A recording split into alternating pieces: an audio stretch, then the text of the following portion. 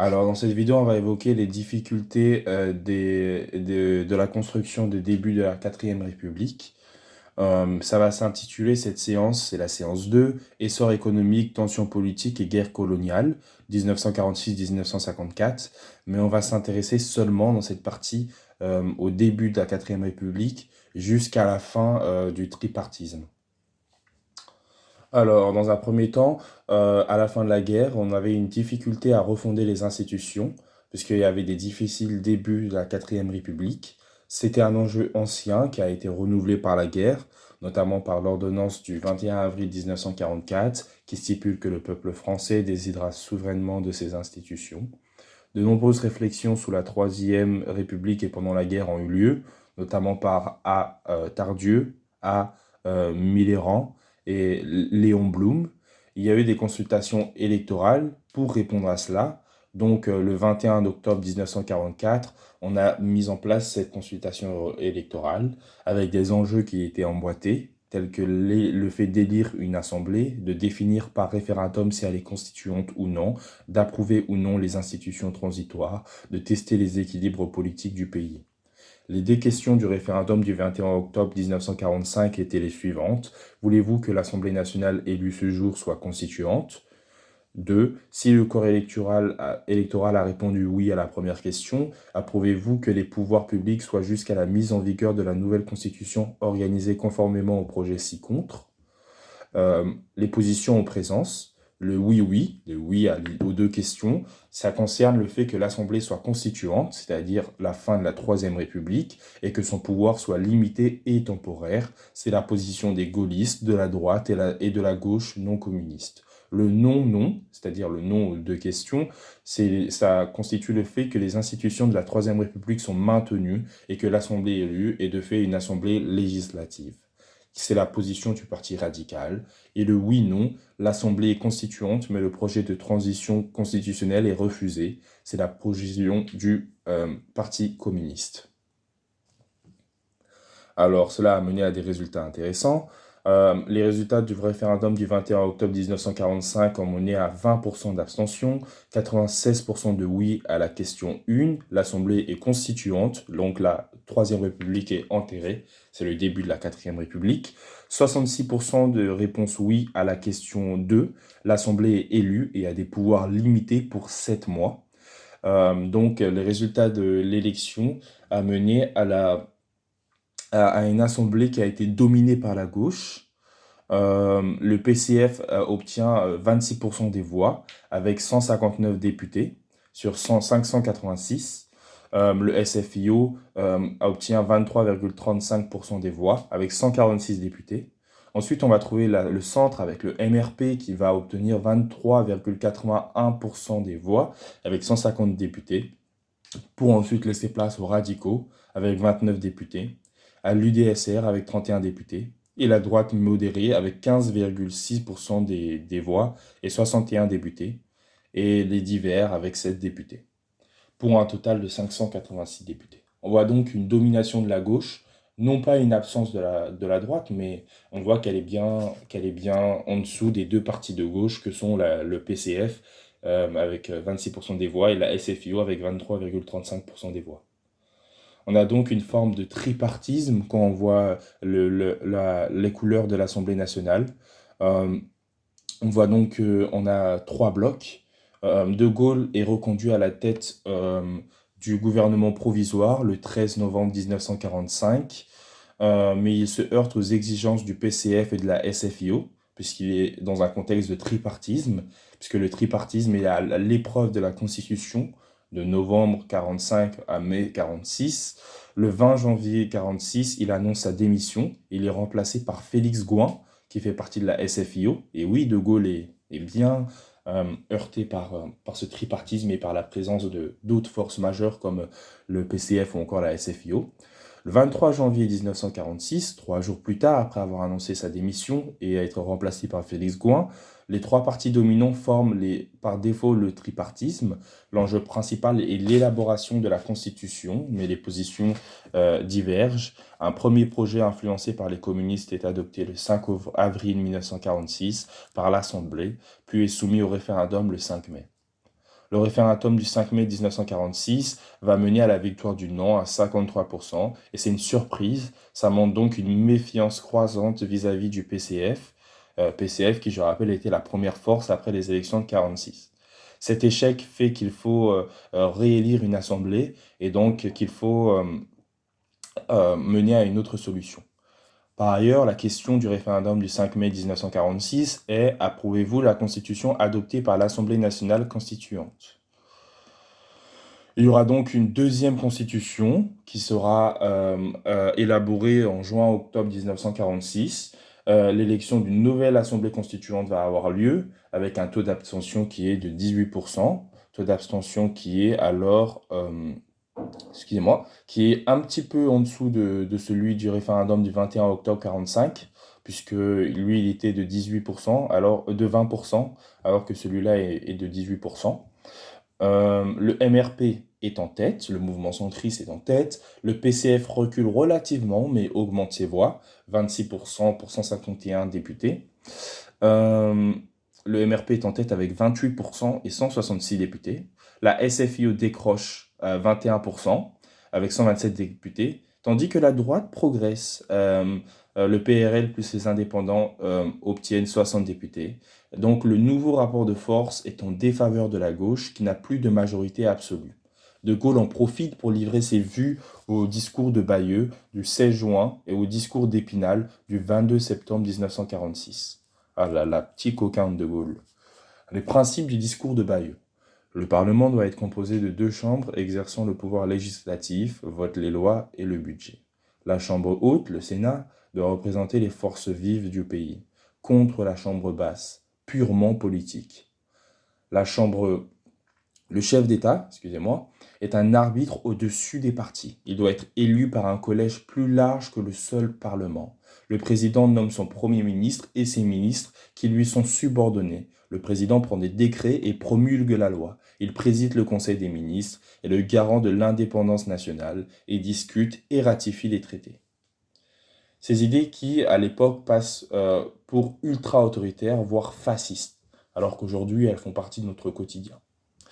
Euh, enfin, relativement. Un nouveau projet est préparé par l'Assemblée un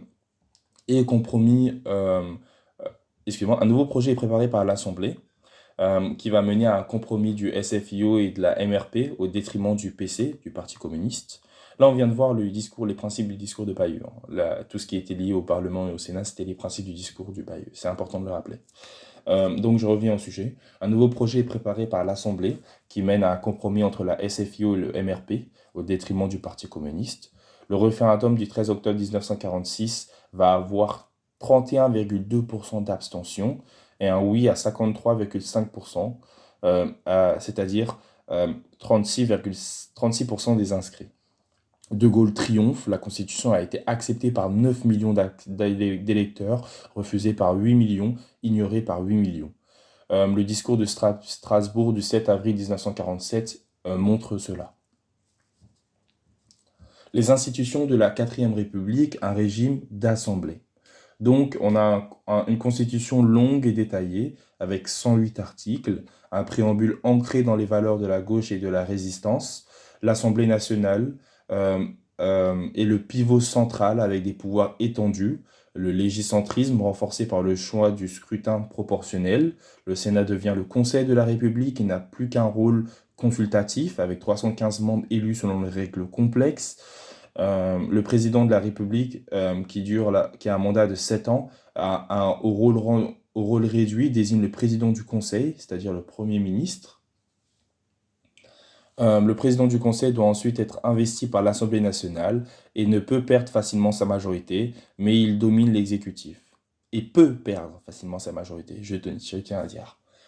Il peut perdre facilement sa majorité, mais il domine l'exécutif. Les mécanismes de dissolution de l'Assemblée nationale à l'initiative du président du Conseil sont très complexes. Une seule, en décembre 1955, va avoir lieu, et la Constitution crée ainsi l'Union française.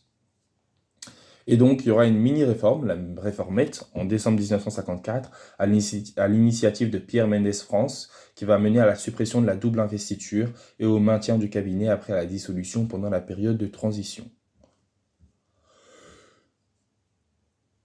Donc on a un schéma assez intéressant de la constitution de la quatrième République avec les électeurs, citoyens électeurs, c'est-à-dire les hommes et les femmes de plus de 21 ans, pour élire l'Assemblée nationale, qui vont élire directement l'Assemblée nationale avec 618 députés élus pour 5 ans, qui votent les lois et le budget, Assemblée nationale qui va voter pour le président de la République. Ces citoyens électeurs, hommes et femmes qui ont plus de 21 ans, vont également élire les députés conseillers généraux et les conseillers municipaux, qui vont élire le Conseil de la République, avec 315 membres élus pour 6 ans, qui vont également participer à l'élection du président de la République. Il donne également son avis sur l'Assemblée nationale. L'Assemblée nationale qui va également investir et renverser le gouvernement formé par le président de la République. Le gouvernement formé par le président de la République propose des lois et demande la confiance de l'Assemblée nationale. Voilà, c'est un schéma assez complexe, mais qui montre la relation entre les citoyens électeurs, l'Assemblée nationale, le Conseil de la République, les députés, le président de la République et le gouvernement. C'est un schéma qu'on peut retrouver facilement parmi les documents qui nous ont été soumis. Donc, ensuite, on va se poser la question du bienfait de cette constitution. On va s'interroger sur le fait que cette constitution puisse être mauvaise. Parce qu'en fait, on va se dire que cette constitution a été conçue pour le tripartisme de l'époque. Mais elle est difficile de dégager des majorités, mais il est difficile de dégager des majorités stables en contexte de multipartisme. Il y a des difficultés renforcées par le scrutin proportionnel et par le manque de discipline des partis. En effet, le président du Conseil est la créature de l'Assemblée, surtout avec la pratique de la double investiture supprimée en 1954. Il y a une forte instabilité ministérielle, mais pas plus que sous la Troisième République. Il est difficile de dissoudre l'Assemblée nationale en cas de crise, puisque les conditions sont très restrictives. Au moins 18 mois après la précédente élection, après 2 crises ministérielles et au moins 15 jours de vacances du pouvoir. Eh bien, ça fait beaucoup. Mais il n'y a pas de mauvaise constitution en soi, c'est l'articulation de la pratique et du contexte qui crée les conditions de l'échec. Donc, cela va mener à une question sur la vie et la mort du tripartisme de 1946 à mai 1947. Des gouvernements de gauche sous influence communiste, les élections de novembre 1946 vont mener à un nouveau succès des communistes, avec le PCF qui obtient 28,3%, donc 182 députés sur 627. Le MRP, c'est-à-dire le centre, 25,9%, dont 162 députés sur 627, ainsi que la SFIO, 17,8%, donc 102 députés sur 627. Sur l'ensemble de la période, le PCF domine entre 26 et 28%, le MRP suit et la SFIO est en recul. Les présidents du Conseil sont Frédéric Gouin, ou F. Gouin, de janvier à juin 1946, il fait partie de la SFIO. Guy Bidault, ou G. Bidault, de juin à novembre 1946, il fait partie du MRP. Les communistes sont présents au gouvernement d'octobre 1944 à mai 1947, et les gouvernements sont dominés par le tripartisme, mais incluent aussi des radicaux, plus l'UDSR. Le rassemblement des gauches républicaines également, le RGR, et quelques modérés.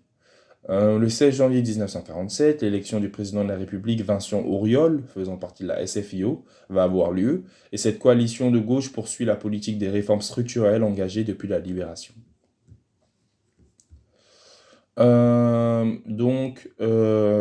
Après les élections du 21 octobre 1945, celle du 2 juin 1946, il y a celle du 10 novembre 1946, la même année, qui vont mener au résultat ci-contre. On aura Félix Gouin en tant que chef du gouvernement en juin 1946, pour laisser la place à Georges Bidault. Félix Gouin fait partie du SFIO, et pour laisser la place à Jean Bidault, qui fait partie du MRP, en juin-novembre 1946. En décembre 1946, il y aura le gouvernement de Léon Blum, qui fait partie de la SFIO. En juin-novembre 1947, janvier-novembre 1947, il y aura Paul Ramadier, SFIO. Léon Blum, c'était décembre-janvier. En novembre 1947 jusqu'à juillet 1948, il y aura Robert Schuman, MRP. André Marie du Parti radical va prendre place en 1948. Henri Queuyeuil du Parti radical va également prendre sa place en 1949, en septembre 1949. Georges Bidault en 1950, qui fait partie du MRP. Bref, je vais pas faire tous les présidents, enfin tous les chefs du gouvernement entre 46 et 54, mais on observe quelque chose d'assez intéressant. Dans un premier temps, c'était beaucoup de MRP et de SFIO, un petit peu de Parti radical, puis ensuite, progressivement, à partir de 1952, on observe un certain décentrement à droite, un peu plus de droite à partir de 1952 avec René Plévan avec l'UDSR ou encore Antoine Pinet avec la SNIP. Donc on observe une certaine droitisation à partir de 1952, ce qui n'était pas le cas de 46 à 51.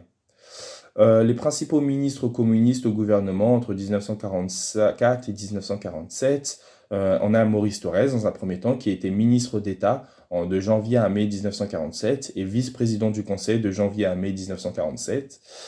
Charles Tillon, qui était ministre de l'air en 1944 jusqu'à 1945 et de l'armement en 1945 jusqu'à 1946 et de la reconstruction de janvier à mai 1947, François Billoux, qui était ministre de la Santé publique de 1944 à 1945, de l'économie nationale de 1945 à 1946, de la reconstruction en 1946, de la défense nationale de janvier à mai 1947, Ambroise Croizat, ministre du Travail en 1945 jusqu'à 1947, Marcel Paul, de la production industrielle en 1945 jusqu'à 1946, Laurent Casanova, ministre des Anciens Combattants en 1946, Marius Patino, ministre du Travail en 1946, et Auguste Lecoeur, ministre du Charbon en 1946. Donc tous ces ministres sont communistes et ils ont fait partie du gouvernement entre 1944 et 1946. Il y en a donc 1, 2, 3, 4, 5, 6, 7,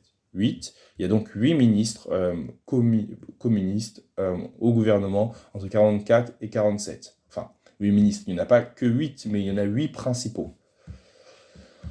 On va donc aboutir à la fin du tripartisme et l'éviction des communistes. Dans un nouveau climat de guerre froide, les incidents se multiplient avec les communistes. En mars 1947, les députés communistes refusent de voter les crédits militaires.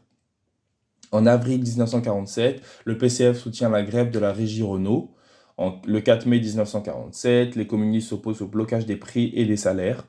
Le 5 mai 1947, un jour plus tard, P. Ramadier renvoie les 5 ministres communistes. Et en automne 1947, les communistes ouvrent la bascule dans une opposition active, scission à la CGT, naissance de la force ouvrière autour de Léon Jouot. Et lors, il y a une espèce de fin de l'équilibre né de la résistance. Il n'y a pas de ministre communiste avant 1981. On assiste donc à la fin du tripartisme qui va se matérialiser par l'éviction des communistes. Il y a même une une de l'Humanité qui stipule « Les ministres communistes sont écartés du gouvernement ». Donc, c'était tout ce que j'avais à dire pour l'instant. On va s'intéresser dans une deuxième vidéo à la création et à la percée du RPF, le parti de De Gaulle. Merci beaucoup.